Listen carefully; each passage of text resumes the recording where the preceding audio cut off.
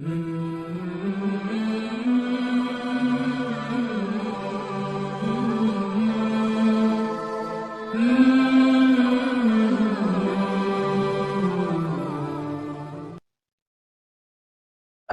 للہ وکفا والصلاة والسلام علی عبادہ الذین اصطفیٰ خصوصاً علی خاتم النبیین محمد الامین وعلی آلہ وصحبہ اجمعین اما بعد فاعوذ باللہ من الشیطان الرجیم بسم اللہ الرحمن الرحیم الف لام را کتاب احکمت آیاتہ ثم فصلت من لدن حکیم خبیر اللہ تعبدوا الا اللہ اننی لکم منہ نذیر و بشیر صدق اللہ العظیم رب اشرح لی صدری ویسر لی امری واحلل عقدۃ من لسانی یفقہوا قولی۔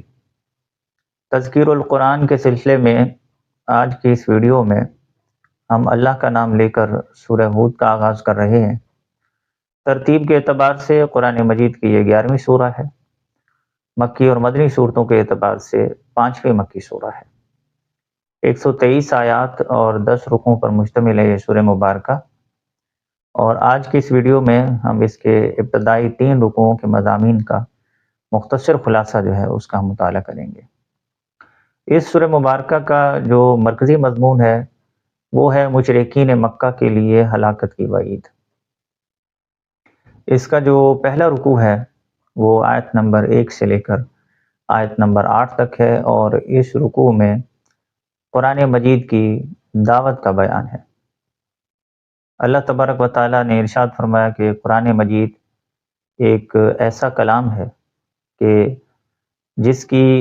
جس کا نزول جو ہے ابتدا میں چھوٹی لیکن جامع آیات کی صورت میں ہوا، بعد میں ان آیات کی وضاحت جو ہے وہ نازل کر دی گئی۔ قرآن کی دعوت یہ ہے کہ اللہ ہی کی بندگی کرو اور اس سے اپنے گناہوں کی بخشش مانگو۔ اللہ تمہیں بھرپور اجر سے نوازے گا۔ اگر تم نے یہ دعوت قبول نہ کی تو اللہ تمہیں بڑے عذاب سے دوچار کرے گا۔ پھر یہ کہ اللہ نے کائنات کو 6 دنوں میں بنایا۔ انسانوں کو اس لیے بنایا کہ ان کا امتحان ہو کہ ان میں سے کون عمل کے اعتبار سے اچھا ہے، اور امتحان کا نتیجہ جو ہے وہ روز قیامت ظاہر ہوگا۔ کافر جو ہیں وہ ان باتوں کا مذاق اڑاتے ہیں اور بڑے تکبر سے کہتے ہیں کہ ہم پر عذاب کیوں نہیں آتا۔ عنقریب ان پر عذاب آئے گا، اور وہی آفت انہیں گھیر لے گی جسے وہ مذاق سمجھ رہے ہیں۔ رکوع نمبر 2 جو ہے یہ آیت نمبر 9 سے لے کر آیت نمبر 24 تک ہے، اور اس رکوع میں یہ بندہ مومن کی ایک صفت بتائی گئی کہ وہ راضی برضا رب رہتا ہے۔ تسلیم و رضا والی کیفیت اس کا بیان ہے۔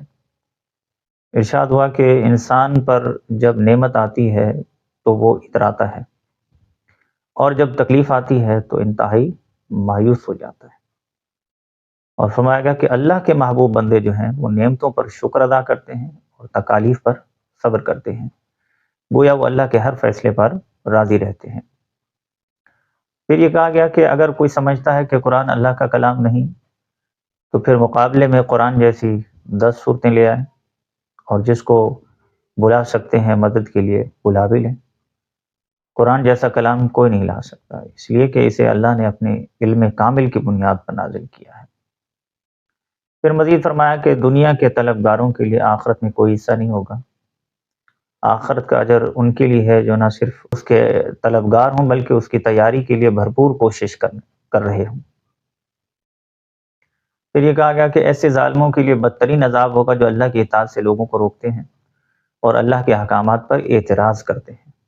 اس کے برعکس ایمان لانے والے اور نیکیاں کرنے والے شاندار بدلہ پائیں گے۔ پہلا گروہ اندھا اور بہرا ہے، دوسرا گروہ سننے والا اور دیکھنے والا ہے۔ یہ دونوں گروہ برابر نہیں ہو سکتے۔ رکوع نمبر 3 جو ہے یہ آیت نمبر 25 سے لے کر آیت نمبر 35 تک ہے، اور اس رکوع میں حضرت نوح علیہ السلام کی قوم کی ہٹ دھرمی کا بیان ہے۔ اس رکوع میں حضرت نوح علیہ السلام نے قوم کو اللہ کی بندگی کی دعوت دی۔ قوم کے سرداروں نے کہا کہ آپ کی رسالت کا دعوت جھوٹا ہے، اور آپ کی پیروی کرنے والے ہمارے معاشرے کے کمتر اور گھٹیا لوگ ہیں۔ ہم ہرگز آپ کی بات نہیں مانیں گے۔